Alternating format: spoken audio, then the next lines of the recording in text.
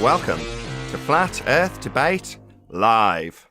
I'm your host, Nathan Oakley, and if you are new to this channel, or you've not done so already, then be sure to subscribe, hit the bell notification icon, and join button if you'd like to become a Nathan Oakley 1980 channel member and keep up to date with the Flat Earth Debate. If you would like to support the channel, there is a super chat that runs alongside each of these shows while they are live. There's also a PayPal, Patreon, and crypto link in the info box below the video. Also below this video, there is a link to get £50 for swapping your UK electricity supplier to Octopus Energy. Most importantly, if you'd like to join the discussion, simply mute the page you are currently watching, then click the link in the info box below this video to join the panel and express your views on the nature of Earth. If you do join, please don't swear. If you do, you'll be ejected, and if you are, please don't try to rejoin the stream using sock accounts. You'll be warmly welcome back on the next stream. Please also share the show on social media. Sharing the show obviously increases the live audience, but this in turn increases the chances of a more diverse panel, so please share the show on Facebook and Twitter. One last time, if you're new to the channel or you've not done so already, then be sure to subscribe, hit the bell notification icon and join button to keep up to date with the Flat Earth Debate. I've got a whole bunch of people here today, so we have got Arwin, Brian's Logic, 10th Man, Chocolate Saying, Neil, and a whole bunch of people in Discord. So welcome, one and all. Greetings. Hello. Good afternoon. Morning. Hey, good morning. Good morning. Hey, Stag. Any more hellos from Discord? Good to have you all. Flat Earth Monday. Unless you're not watching this live. But yes, indeed, it is Monday. Good to be back and all that stuff. Any evidence of a physical geometric sphere edge horizon, formerly known as the curve of the Earth? Not even on Monday.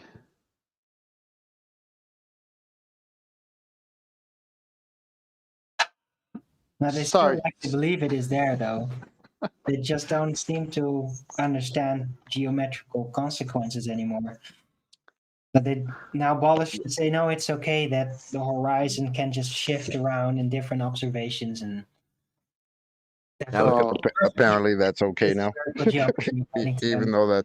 even though that's what horizons do, and that's the definition of a horizon. That's okay now. Yeah, after they realize it's not geometric. Yes, it's because the Southern Cross, has to be. Right. Way in the sky. Oh, all right, that's cool. Apparently, chocolate. Excuse me. Apparently, chocolate. You can live on a sphere but never know it. And never measure it. Apparently, that's the point. You'll never know it, that you live on one.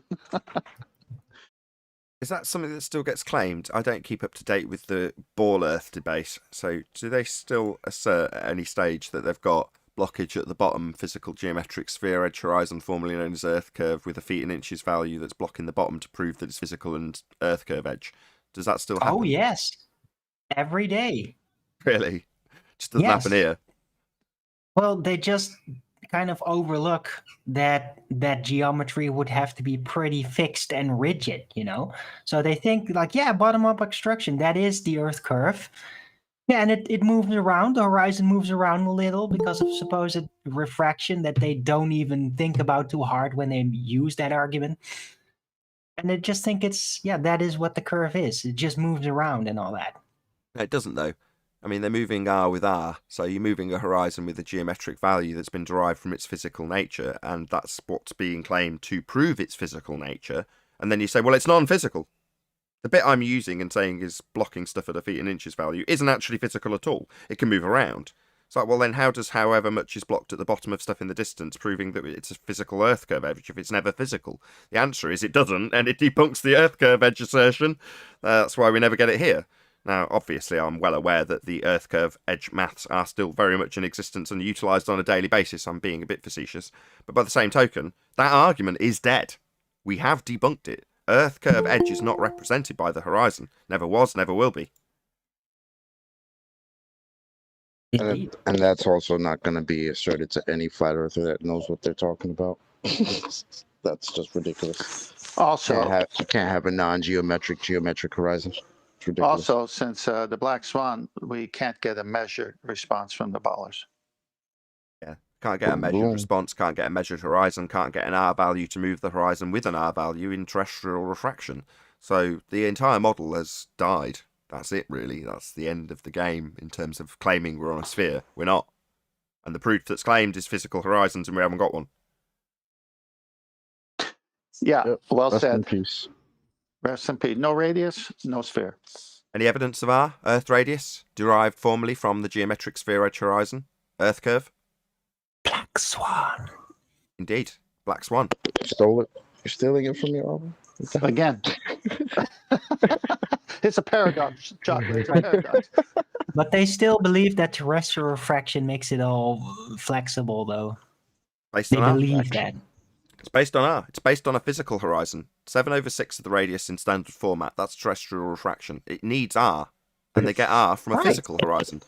So you can't move So- R They with don't R. even- they don't would even- mean Earth, Having right? R in the proof proves R, right? No, just No, the it very doesn't. definition of begging the question, especially if you've debunked R with Black Swan. It was you that whispered it, Arwin. But they don't even use that because they know it's not enough. I mean, if they try to illustrate exactly how this works, it looks, it's impossible. Like anyone looking along for someone who's trying to simulate how it should do, with refraction and all of this, it doesn't even work, which is why they keep trying to say it's not terrestrial refraction, it's something else. Their model requires terrestrial refraction. That's what their refraction is. There's always terrestrial refraction if you're on a sphere. That's what they're claiming. Now, their terrestrial refraction's automatically debunked because they haven't got an R value to utilise in that mathematic derivative of a geometric horizon. They haven't got a geometric horizon. Game over. Can't move a horizon to be non-geometric. It's like you're trying to claim it's physical. So saying it's non-physical debunks your own argument. When they say refraction is the issue, then they destroy their own argument for R, because then you never saw it and you never measured it. So how do you have it? Exactly. Any evidence of axial rotation of the Earth-based variety? Hell no. That's a far cry from nonsense. Come on. The globe claims that it's turning underneath stuff that's not attached, so you can see a 15 degrees an hour deviation in the form of Coriolis effect. They definitely claim there's proof of us spinning. You have a citation for that? Yeah, Neil deGrasse Tyson. Yeah. I have a citation. I have a citation in grade school. When my teacher said that, I said, how come then I don't feel the spin or see the spin in any way, shape, or form?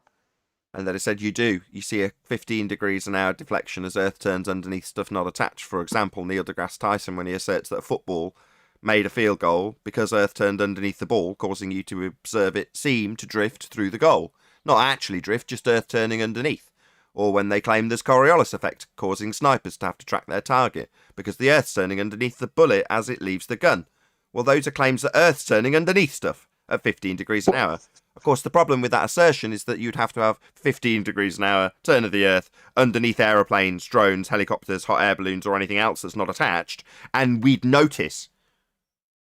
Yeah, Nathan, if you just go to the Olympics high jump, not high jump, long jump, if that long jump course was going west to east or east to west versus north and south, that long jumper would either be off course, north and south, either direction, because the Earth turned under him while he jumped and was in the air a second or so. And if it was the other way, west-east, his distance would be much greater than 22 or 24 feet, whatever the record is. Yeah. So no, it's not happening. You'd get some amazing long Calculation jumps on the momentum. equator if we had Coriolis effect. Yes, that's right. Because from the stand, the guy would leave the non-inertial claim to be turning reference frame of a spinning Earth, and you'd have it turning underneath him at 15 degrees an hour as he leaped through the air. Well, that would have a very dramatic effect on the equator. Long jumpers would be very keen. However, that's an example that's a fleeting example when you've got things that stay in the air for a significant period of time. And they're not going to be violating the first law of thermodynamics, tracking along as the globers defend this position by saying, well, no, we wouldn't have drift. There is no 15 degrees an hour. Earth and atmosphere travel as one. And I just assume that we've got spin that doesn't display any effect. And as the plane, in this example, raises in altitude, the atmosphere that's tracking along is tracking along at a greater rate because it's at a greater radius.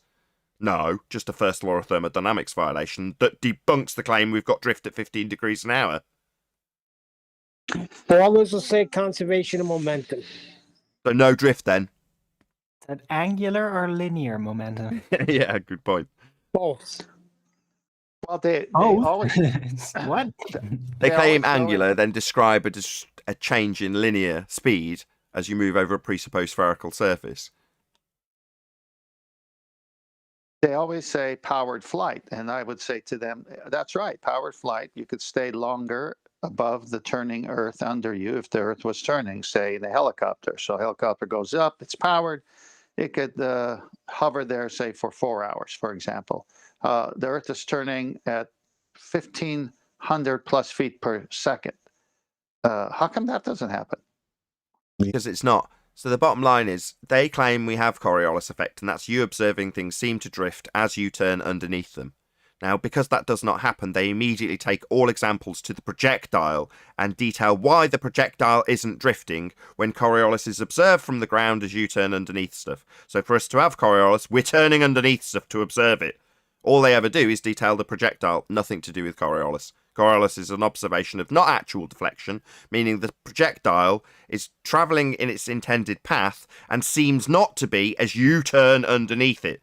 So the seems not to be means you observe it seeming to drift at 15 degrees an hour. But that would mean Earth's turning underneath things for you to observe that effect, and it isn't. Or you'd observe a lot of drift in a drone because it's in the air for a significant period of time, unlike a bullet or a long jumper or a football. But they're the examples they give us because they're fleeting, and they give them to assert Earth's turning underneath them for you to observe Coriolis effect, and you'll only observe Coriolis if you are turning underneath. So they're asserting we're turning underneath. What's that you reply with, globe-defending believer of a sphere Earth? Oh, why? It's not that the projectile's going to be drifting. Well, why? Why are we detailing that when Coriolis is drift? Well, because it doesn't happen, and I've got to defend why. That's what the globe believers got to do, defend why they don't have drift. To the point where when we detail how they should have drift on a globe Earth, some idiot like Simon Dan comes along and tells me that my reference frames, when I'm detailing his claim on a globe Earth, well, those globe Earth reference frames are ruined. Because he thinks me detailing the claim they make, but deny, is actually my claim, and therefore needs debunking. We don't have two reference frames? Yet we know that's our argument. No, we don't have two reference frames. Indeed, they are ruined, Simon Dan Clown Show. You just don't understand your own claim, which is that we've got drift from the ground, as we observe things seem to drift because we're turning underneath them in a second reference frame. We're not, we'd notice. So they show us things not drifting. Here's a man bouncing, not drifting. Look, no drift.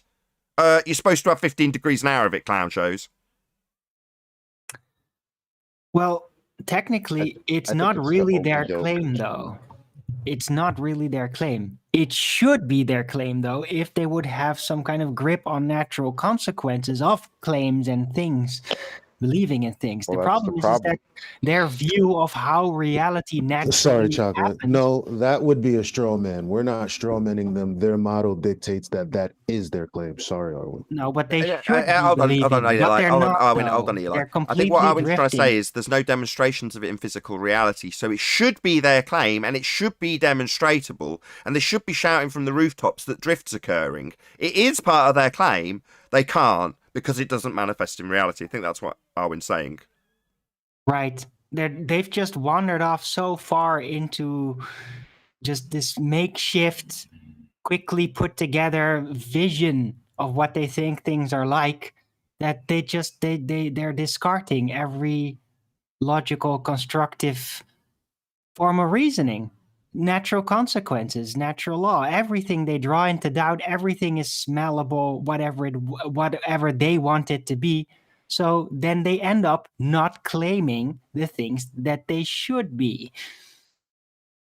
See, that used to be their claim, but when it was pointed out to them that we don't actually see this in reality, they had to change that claim to a lot of convoluted nonsense. Yep. Exactly. Otherwise, it'd be real easy to just be like, hey, here it is. You wouldn't give us reasons, and more reasons why we don't see this thing that you're supposed to be claiming. Yeah, Brian's right up there now in terms of expert level dissection of the reverse claim that we don't have drift and how they detail the projectile rather than the observation from the ground, i.e. Coriolis effect, and what they're detailing, which is a bastardization of angular momentum in description for Coriolis as a title that's actually linear momentum changes. That was pretty concise, wouldn't you say, Brian? That was perfect, Nathan. It's labelled, I can't remember if it was Brian or me that gave it this title, Globiolis effect. It was you, not me. Was it really me? Wow. Yeah, Wow. that was you. That's Yeah, a good title. Alan wasn't happy with it, but you said, no way, you're sticking with it. And everyone else was happy, except for Alan. Yeah, it was you. Cool. But the Globiolis effect is essentially not going to be called Globiolis effect. It's going to be called Coriolis effect by a globe defender. But what they will detail will not be you observing things seem to drift as you turn underneath them, because we don't observe that effect in nature, so they've got to come up with a different description. So they'll say, no, Coriolis effect is in fact something totally different called conservation of angular momentum. Now, conservation of angular momentum would involve angular descriptions, but they will describe linear speed changes over a presupposed spherical Earth. Well, if we're travelling 1,000 miles down the equator and we move north, then we'll be travelling 800 miles an hour, and the difference between it and the projectiles experience drift. No. Coriolis is not actual deflection from the ground, so it's not that the path of the plane is going to change because there's a speed change underneath it. That's not Coriolis effect. It would be a form of drift, also would be calculable and would also shorten flight times, because that effect would only be induced if Earth was turning underneath. But they've got the conservation of angular momentum with a first law of thermodynamics violation. That is to say that the air 100 miles up in from the ground is moving at the exact same rate as the ground beneath it. Therefore, it's having to increase its velocity with relation to the ground to do that. Total first law of thermodynamics violation. And it's not drift then. What, not 15 degrees an hour turn of the Earth underneath stuff in Coriolis deviation? Well, that's what you need, not angular momentum being bastardized into linear speed changes described with the title of Coriolis effect. No, afraid not, fundies. Look up Coriolis effect. It's a non-inertial spinning reference frame turning underneath an inertial reference frame with something travelling through it seeming to do something it isn't, because you're turning underneath it. That's Coriolis effect. Observe anything from a roundabout in a playground and look how stuff around you looks like it's moving. It's not. You're moving underneath it. If you looked at a plane in the air as you turned underneath very slowly, you go, look at that plane. It looks like it's turning around. It's not. You're turning underneath it. The plane doesn't have to compensate for you looking at it seeming to drift. At all. You're watching a not actual deviation, a seeming deviation, because you're on a roundabout turning underneath. And it's claimed Earth is that roundabout, turning underneath stuff, making it seem to drift when it isn't. But to have the effect, you're turning underneath, and all they'll do is justify why we don't see the effect. Why we don't have Coriolis effect. Why we don't have a proof that Earth spins, because that's their claimed proof. I think the worst part about it for them, actually, with their Globiolis claim, we'll call it Globiolis because that's what it is that they can't demonstrate that at all. Like, besides the fact it's not real, we know that. But the point is that they can't actually come up with anything other than a calculation. They can't show you a plane doing what they're saying it does with their Globiolis. No. And they can't even give you a physical demonstration. Well, they can come close. They can come close. They can show you a roundabout that's frozen. I've never seen this actually demonstrated, by the way. I've seen it depicted. But the closest what I would conceive of, they could say this is a comparison. They have to have the two things attached with friction. So you have a puck moving across a curved surface that's spinning. You launch it out towards the edge of the circumference of whatever that's spinning that's icy and watch it deviate. Well, that would be their claim of conservation of angular or linear momentum speed changes. But you've got the two things physically attached. But Well, it's still at not. least- Go on, Ted.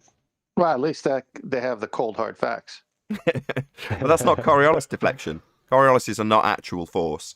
So if it's actually drifting in that example with the puck actually taking a curved path, well, that's not actual deflection, apparent deviation, i.e. when you look at the plane from a roundabout, it's not actually turning around, you are. In other words, it's a not actual deflection, looks like it's turning around. the puck in my example is actually drifting. It's actually taking a curved trajectory, meaning it's not actual deflection anymore, and therefore not Coriolis. But even that demonstration is not what they claim. This is the worst thing about it, because I had this before a couple of years ago. I think it was 2018 on Ranties with George Nitschuk with a flight from. I challenged him on that claim with a flight from London to Lagos, which is a direct north-south on the globe. And he had to do so much calculation and take in so many factors that in the end, he proved that it was not possible. Ranty was laughing his head off at him. So he proved at the end, with these calculations, that it wasn't even possible.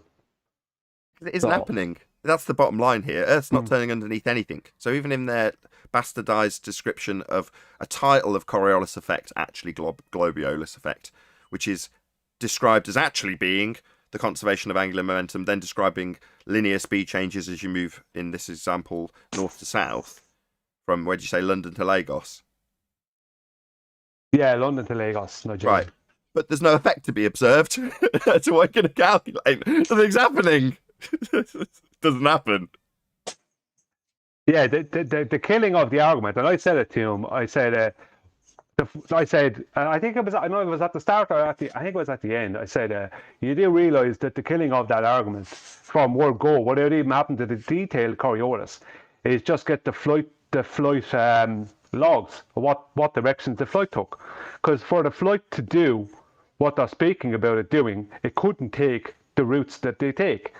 So for the average layman out there who doesn't understand Coriolis, just take the Globiolus claim and match it to the flight logs. It doesn't happen. Well, you said it at the beginning, Brian. It's not real. They can't demonstrate it. So when something's not real, then you can't demonstrate it. If it was real, you could show it and demonstrate it. Right. Precisely. If there was a Coriolis effect, that would be their claim. The reason we label the third top three globe-destroying proof Coriolis effect is because there should be some. And there isn't. There should be some Coriolis effect if we're on a turning Earth. They claim there is some on a turning Earth. There isn't any to experience.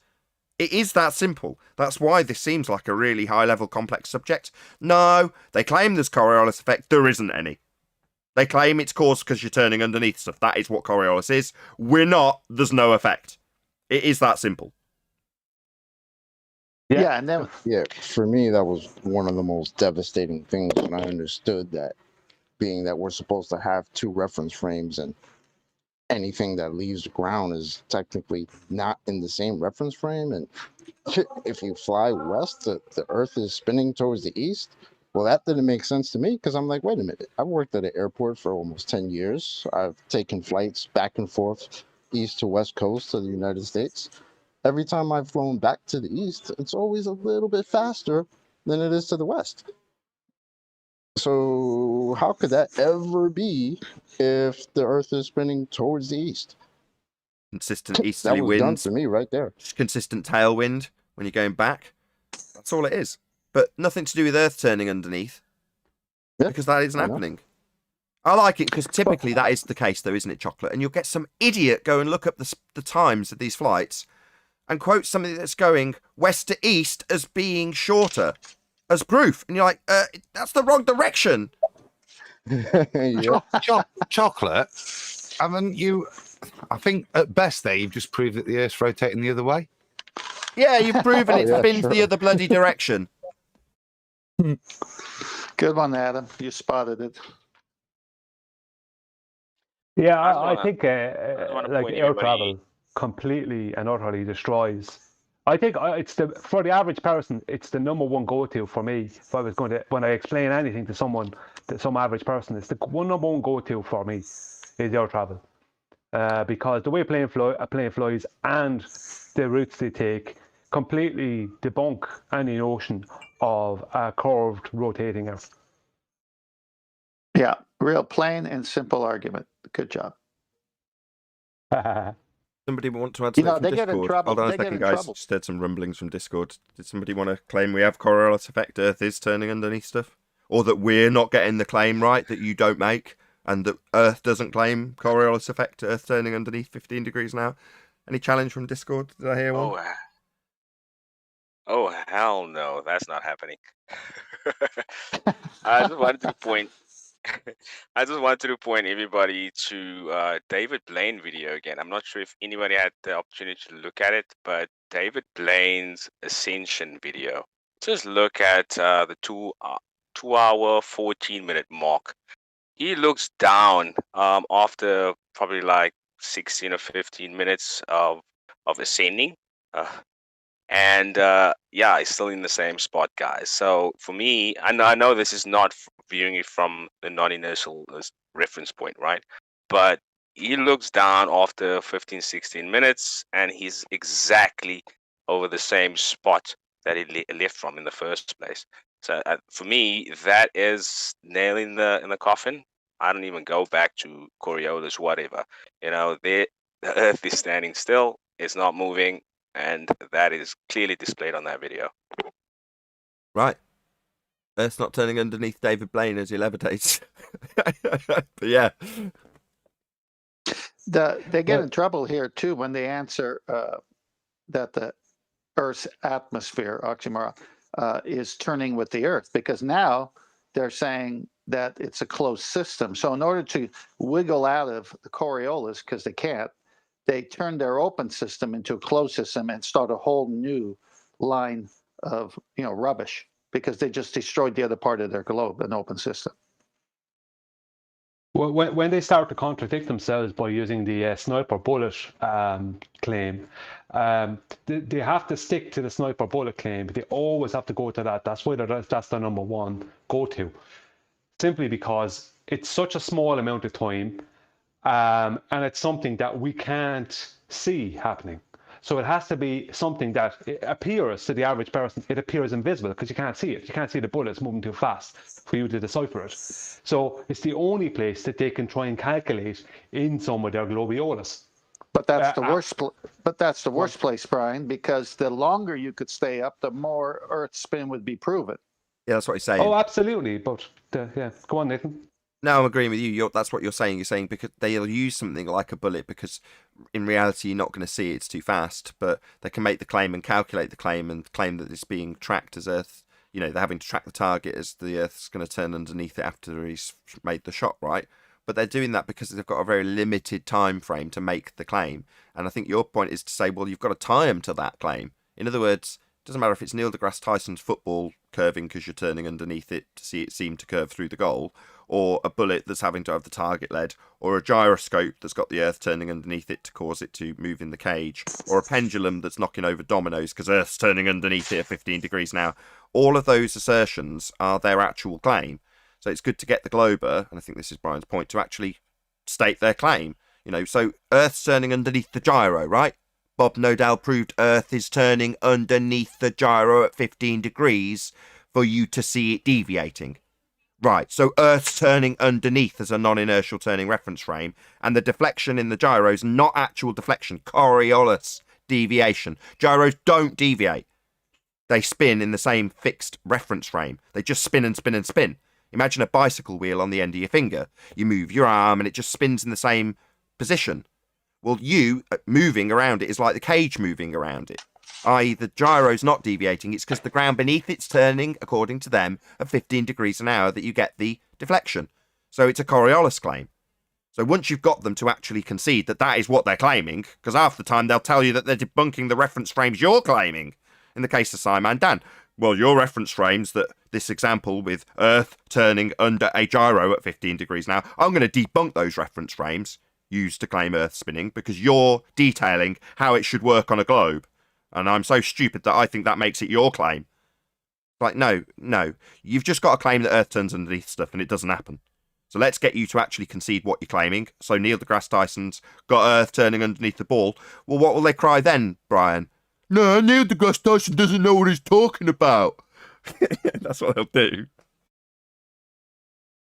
Yeah, they never, like, I mean, they never use any other example other than the bullet. And even though the bullet is powered flight, right, which is the thing they argue against with airplanes, it's so stupid. and helicopters. But they never use a glider. They never use a hot air balloon. Because those things are visible. We can see it's not happening. We can see video on YouTube. The average everyday person, straight to YouTube. Yeah, it's not happening. But you don't have a video of a bullet.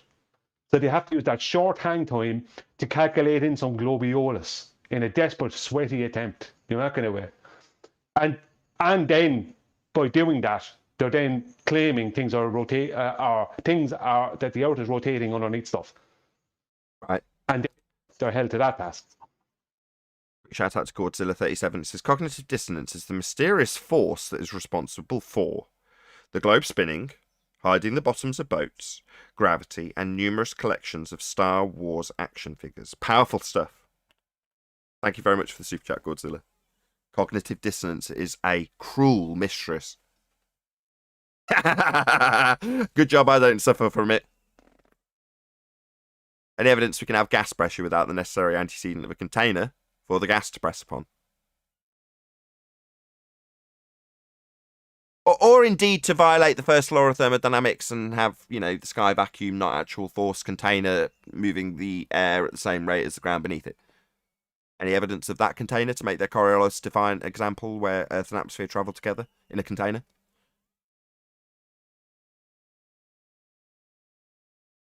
Imagine a train. No? I'm tracking with you, Nathan. Boom, boom. Any scientific evidence of gravity?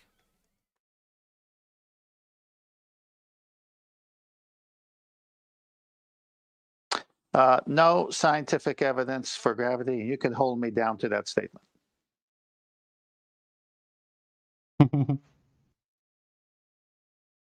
Getting a pummeling at the moment, isn't it, gravity?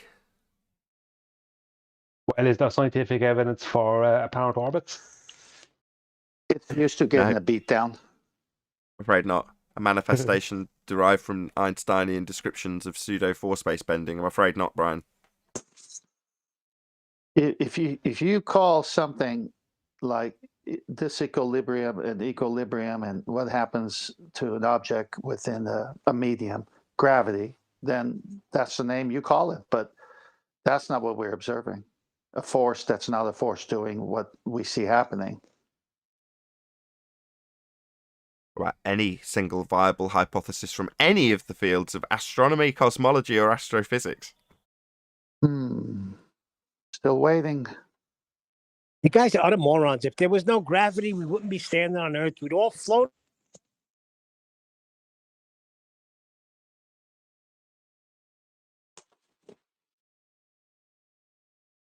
No? Enthusiastic Discord panel? What Earth are you talking about, Neil?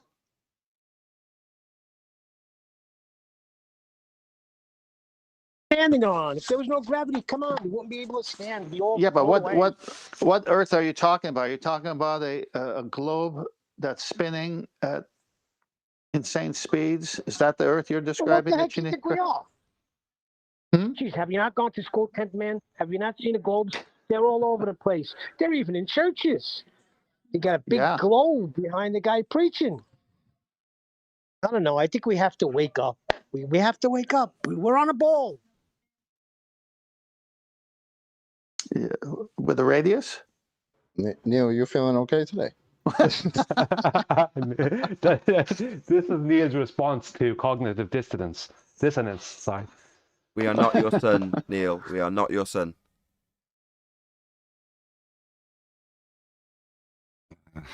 Is there a new solvent at work, Neil? That's SON, by the way.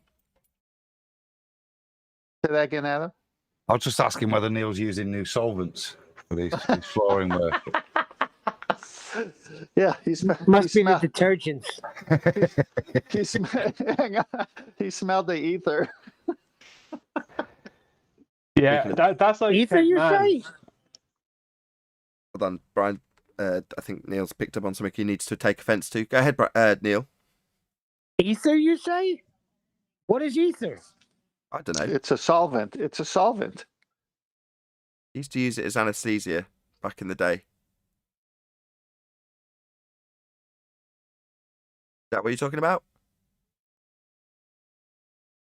No, I'm talking about the other ether that we're supposed to be in, that medium. You know, like fish are in water. That's their ether. I mean air. Air, right? This is Air. our ether. Air. Is that what you mean? Air. Well, Neil, I got a suggestion. Sleep on it for a day and you'll have a better understanding tomorrow. Hold on, he made a comparison like fish in water. Well, we're not in water, we're in air. Is that what you mean? Yeah, Air. air's like the water. But you said ether. We've got a word for that. It's air. Yeah, that's what I say. But they take it another direction. They say, no, it's not.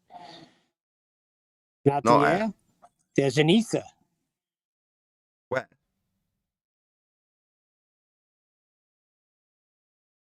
There. Right Where's there. Where? See it? Where? Where's there? It's obviously there. Where's there? There where? Here, there, and everywhere, like the Beatles song. Like air. Like air is here, there, and everywhere. God, this is getting silly. This is great. This is exactly how they argue. They got nothing. They just make up stuff. Well, according to Whitson and Lemonbird and all those guys, there's an ether. It was proven in the, I think it was the Sagnac non-experiment. That's a brand of wine. Where is it? Yeah, where? Well, that's what I keep asking. I'm all for ether. If you can just show it me or point me in the right direction so I can have a little look at it, then I'm more than willing to accept this. Can you show it me or what? What's going on? Why am I being met with silence? I'm saying I'll buy into your ether, man. I'm here. I'm waiting. I'm willing. Just show it me. Is there an ether expert in Discord? That was a sale, Neil. I don't know, man. This doesn't seem like a particularly big issue. There's a general worldview that the sky is a vacuum, so I'm not too concerned about people's beliefs of ether, regardless of what it is or where it is. Not that I'm being shown it. Anyway, let's shout out James Richard. I don't understand why they would lie. Therefore, they are not. In all of man's history, world's governments have never lied. I totally agree. Why would they lie if we can't divine motive? They're not lying. Right, James? Thanks for the super chat. Why would they lie? Why would they lie? Well, that's a wrap. Lie? Indeed. I don't care. I don't care, though. To speak to Chocolate's song, rap. I don't care why they lie. Do I know they're lying? Yeah. Do I care what motivated them? No.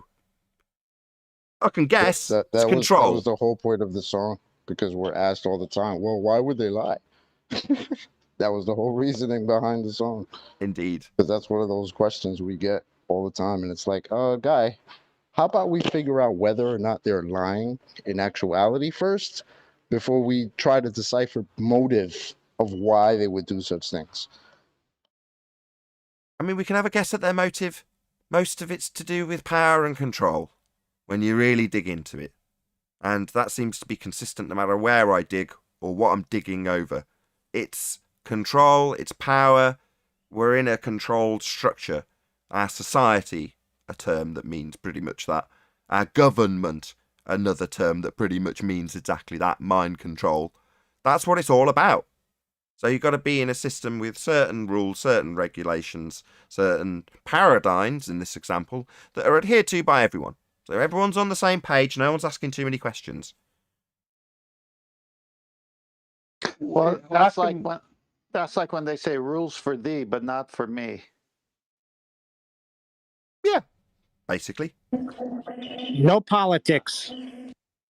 This is it's not that I'm getting away with it. This is directly related to the subject matter in terms of why would they lie about the nature of reality? Well, why would they lie about anything? Who cares? The motive isn't important. Is it true or isn't it true? Well, it's not true that we're standing on a spherical surface with a sky vacuum spinning. No, that's not true. Well, why would they lie? I don't care.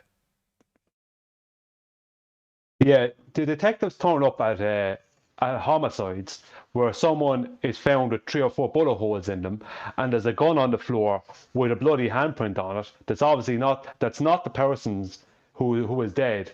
Did they go, but why would someone kill someone? And then if they cannot figure out Yeah. the motive behind why that person was killed, they decide that person wasn't killed. Yeah, that's it. No, That's not the dead. comparison. Exactly, Chocolate. You've got the guy standing there with the smoking gun in his hand, and they go, "Why did you kill him?" And the guy turns around and says, "I've got absolutely no reason whatsoever to want to kill this man." And they go, "Oh, right then. He's obviously not dead."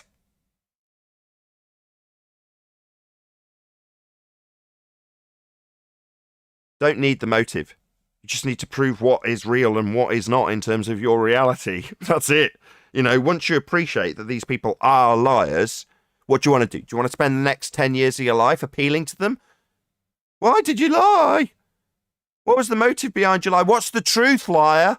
Now give me some truth. Yeah, what makes you think they'll give you that? Absolutely absurd.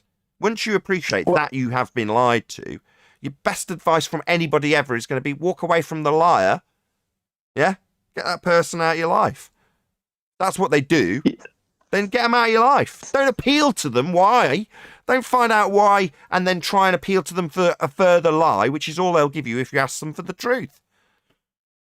That's exactly what I was going to say. If they're going to lie, they're going to lie about the lie. Then they're going to lie about that lie, and that's how you know they've been lying. So, not people you want to deal with. Well, asking the question, why would they lie, is an oxymoron. I don't know if it can be classed as an oxymoron, but it seems like an oxymoron. Because why would they lie? Why does someone lie? They lie to deceive, to hide, whatever. It's a deception. So why would they lie? To deceive. Same reason anyone lies. There's also a problem that the general populace will disseminate this information. I've done it myself prior to Flat Earth with my niece. I sat there and explained what the stars were to her in heliocentric terminology, in no uncertain terms. So at the end of the process, she's one step closer to reifying that sphere Earth into existence based on a description I've given her. Was I lying? Absolutely not. There was no intention whatsoever to deceive her, my niece. Well, if there's a huge number of people all disseminating the same nonsense because it's what they understand to be true, they stand under as their reality, then they're not lying. And most, if not all of the people who are out there disseminating this information don't know. There's very, very few people you can actually point at, astronauts, that are actual liars. Astronauts are liars. But other than that, who else are you going to point at?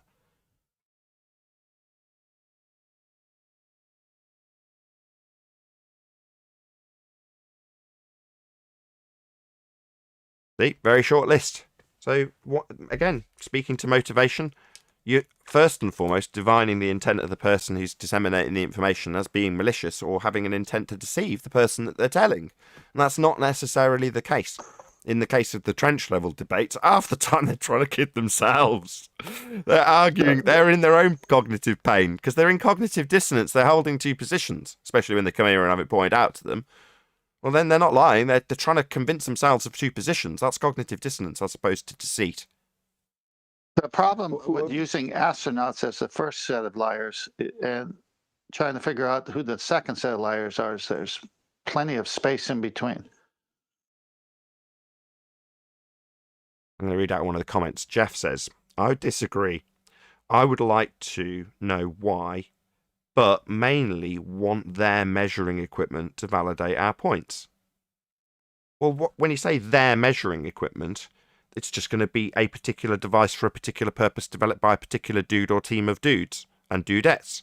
Well, that's not their equipment. It's equipment we, if we chose to, could utilise if we were so motivated, or develop ourselves, or utilise that has already been developed. Now, if you're saying, oh, no, I want the Black Ops equipment that's on the cutting edge, tough luck.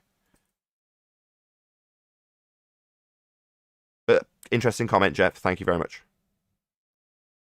Any evidence the distance to the sun? No evidence for the distance to the sun.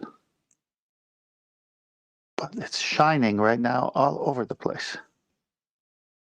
Jeff, stuck in my head now. What points do you want validating exactly, Jeff? And why do you want them validating? So if there's something that you're unsure of already, that could be laid at your door. He's giving me a fist bump, but now I'm knocking him.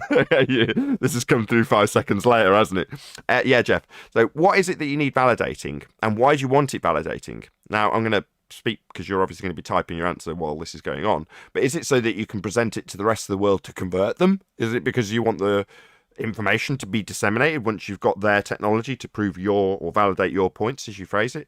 In other words, what's your motivation in doing this? Is it to evangelize about flat Earth, or is it that you're uncertain about what you're describing as needing validation? I don't see there's any required at this stage. I don't know if anyone on the panel thinks, no, it'd be useful if we could validate or invalidate the presupposition of southern star rotation antipodal from my current location. You know, is there anything on the panel that you could think of that would require you to say, no, I need to get hold of the NASA equipment to validate our point? Anything at all? I'm thinking along different lines. I'm thinking that once you realize it is a lie, and it is most certainly, then you're stuck in a situation where when you're talking to family and friends and coworkers and they hand wave, dismiss it, or don't show interest in it, you're left in a position of either do I try to evangelize them when they don't want to hear it, or do I move on to the next person who's got ears to hear? Because if someone realizes the Earth is flat and the whole world has been deceived, at least the Western world, that we live on a sphere, what's the end game for that? And so it puts you in a position of knowing something that's helpful to your fellow man, but your fellow man doesn't want to hear it because of the preconditioning of the lie. Yeah, like when Neo's getting taught by Morpheus about how the Matrix works. He doesn't appreciate it at the time that he's in a training simulation. It's the woman in the red dress scene, basically. But it is explained to Neo by Morpheus that everybody who's attached to the system is hopelessly enamored by it, hopelessly ingrained in it, and they'll fight to defend it. So when you say the people who have ears to hear, well, they're normally the... it's going to sound bad for a few people. The people who are a little bit more self-confident, little bit more self-assured, not too concerned about the worries and thoughts and feelings of the consensus. You know, that's my experience personally when I've spoken to people like this. The people who are a bit more insecure about their general day-to-day lives are going to take this very badly. People are like, yeah, I'm cool with life generally. Most people, the people I've described that to them about the circumstances that befall me on Flat Earth debate, if that's the way the conversation goes, will go, yeah, that's interesting. I was supposed to fight you tooth and nail. That's interesting you said that, because my daughter, who's a flat earther, was in a gathering with their friends, and one of the persons we both know wanted to make fun of flat earthers. So he started to make fun, and my daughter says, well, why don't you debate my dad? And he showed no interest in it. And then my daughter kept on it. And so he's insecure to debate someone who's taken time to learn the subject, but he's not insecure to make fun of it when he feels there'll be no pushback. And that's what, and his last words, and he's a dear friend, his last words was, I don't ever want to talk about it or debate about it. I'm avoiding it, basically. Fair enough.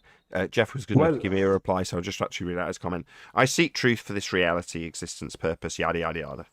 I only want to know, and I think there are more continents. So that's fair enough. That's perfectly legitimate. You know, there could very well be more land.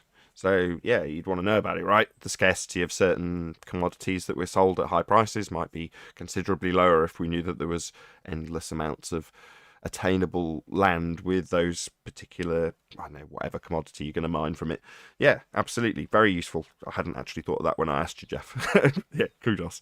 Also, shout out to James Richards. He says, if a government is gathering a massive abundance from a lie, other governments are going to do the lie to acquire the abundance. Welcome to space. Right on. Exactly. In the same way manufacturers copy each other, you'll see the whatever Samsung Galaxy S22, whatever it comes out, looking just like the Apple version from whatever 12 months ago. They're going to utilize certain aspects of the design that are going to work to their profit. You know, things that will stop people wanting to repair them, for example. because the screen's curved and it's really difficult to get a knockoff version, things like that. Well, all of those sorts of little tweaks are copied between manufactured and copied between governments. Absolutely. So the whole space race thing, yeah, it makes perfect sense. And it's a nice little money pit.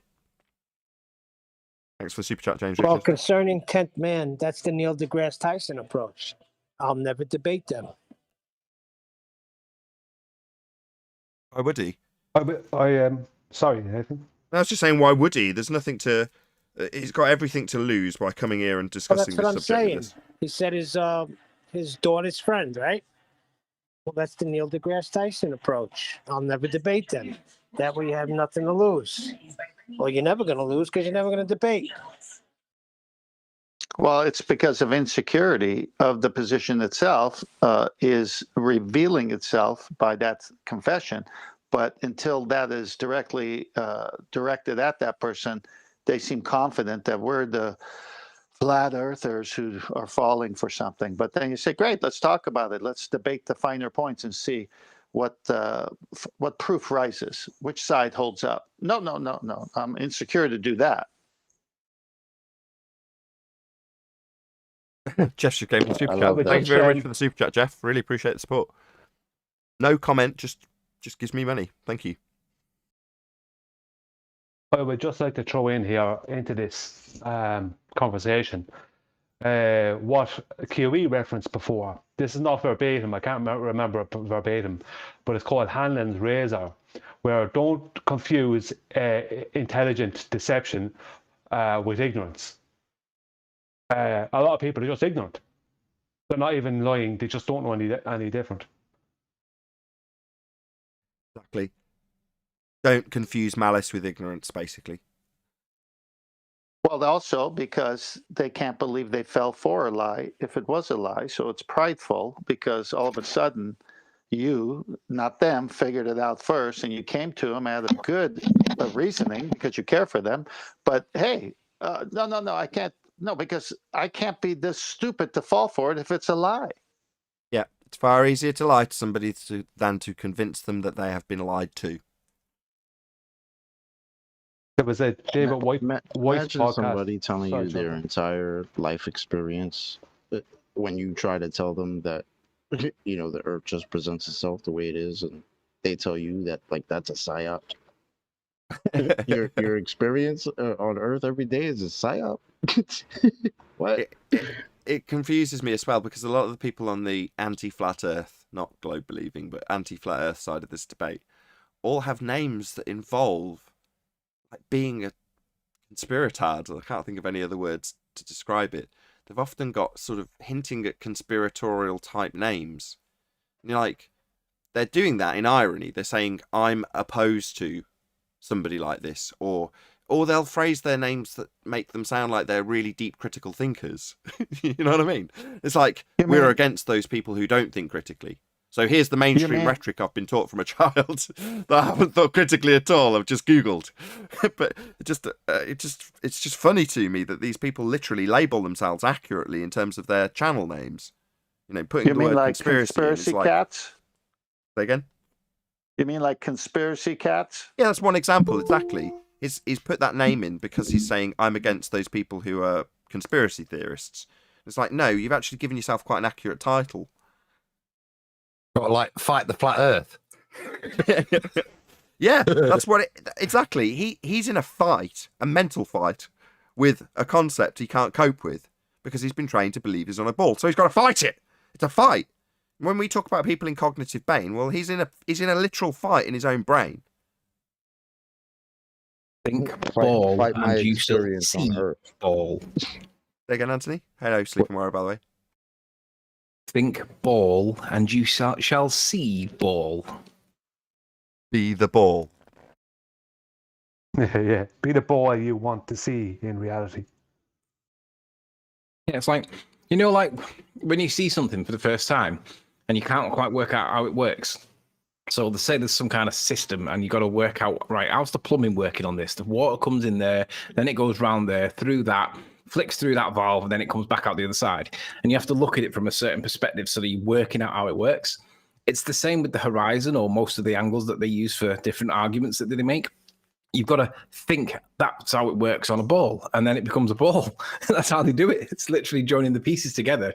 Think ball, and it shall be ball. Think Cezanne, and you shall draw Cezanne. Yeah, there's another comparison with Matrix, again from, I think it's the second Matrix, when one of the elders from Zion takes Neo to show him the engineering levels. And he's looking at a filtration system, and he says to Neo, I don't know how that works, but I know why it must work. Because if it wasn't, we would die, is the implication.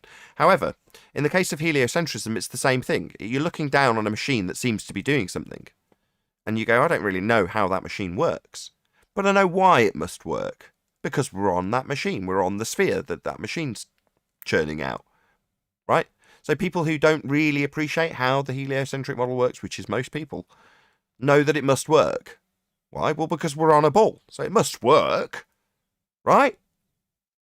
Well, no. But the Matrix give you the way out as well, then, the little... I'm getting there. I'm getting there. Buddhist kid, yeah. I'm about to get there. So in the respect of this machine, you're thinking that's a false comparison because they need the water. Well, what if you were to consider that the claim to be real world described as Zion is just another simulation? There is no water.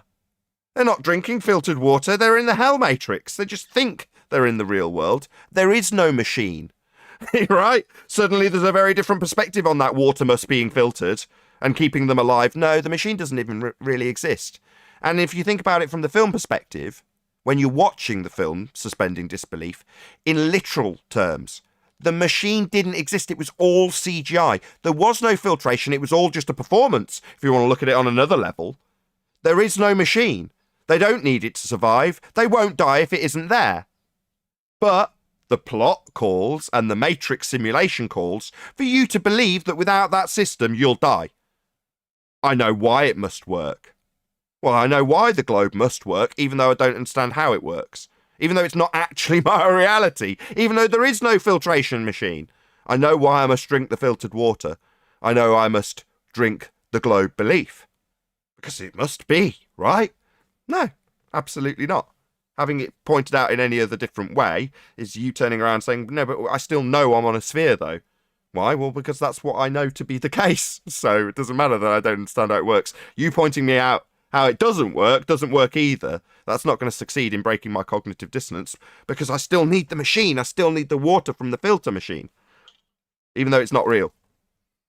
I heard a good classic ball-believing comment earlier on one of David Weiss's podcasts. It actually happened to be an Irish podcast that he was on, and the guy said to him, they said, when David Weiss was saying that there was an ice wall surrounding the whole of the oceans. Now, obviously, we don't make that claim, but we just make the claim of a shoreline, and he then claim a shoreline. But the guy said to him, he says, regardless of the topic, the guy said to him, but if there was this ice wall, surely someone else in history would have seen it and detailed it. You know, it's like, how do you know someone didn't see in detail a shoreline? I'm not saying ice wall, just shoreline. How do you know? It's like someone else surely would have done it. In other words, there's no way you could be right because everyone else would be wrong. You know, it's like you couldn't be right because that would mean everyone else is wrong. It's like, how do you know everyone else was wrong? How do you know there wasn't other people right? That's because I'm sure of it. Yeah. Yeah, it goes back to the pride thing, as you were saying, Tent. It's like they're too prideful to accept that they might be wrong, and some random person they never heard of before, suddenly on YouTube telling them in 2015, listen, this is wrong. You know, look at no, you're right. Look at the shooting of JFK with Jackie, his wife, in that limousine. Look at all the movies made about that. Look at all the books written about that. Look at all the conspiracy tied to that. It's still going on to this day. But then when you say water finds its level, there is no R, geometric horizon, that's physical. And we go on through the housekeeping questions. No, let's go back to the JFK assassination, because I think it was two Martians from a palm tree that did it. With that, I'm going to say a huge, massive, enormous thank you first and foremost to all of you who tuned in live. If you are watching this on either Nathan Oakley 1980 or Nathan Oakley premiering streams, then stay tuned as there will be an after show to follow. Unfortunately, as I say, if you are watching this live, this is where we bid you farewell. A huge, massive, enormous thank you to all of you who smashed the super chat, liked, commented, shared, subscribed, joined as a Nathan Oakley channel member, and all that good stuff. Also, below this video, there is a link to get £50 for swapping your UK electricity supplier to Octopus Energy. Once again, stay tuned if you're watching on either premiering stream. I've been Nathan Oakley. Oh, there's been another super chat come in just before the end, just in time from James Richard. When a person discovers truth that affects everybody else, all they want to do is scream it from the rooftops. In the case of Ball Earth, Globers are on the rooftops screaming for the lie. Indeed, excellent super chat right at the end there. Thank you very much indeed for the super chat, James Richard. Once again, stay tuned if you're watching on either premiering stream. I've been Nathan Oakley, and I'll see you all in the next video.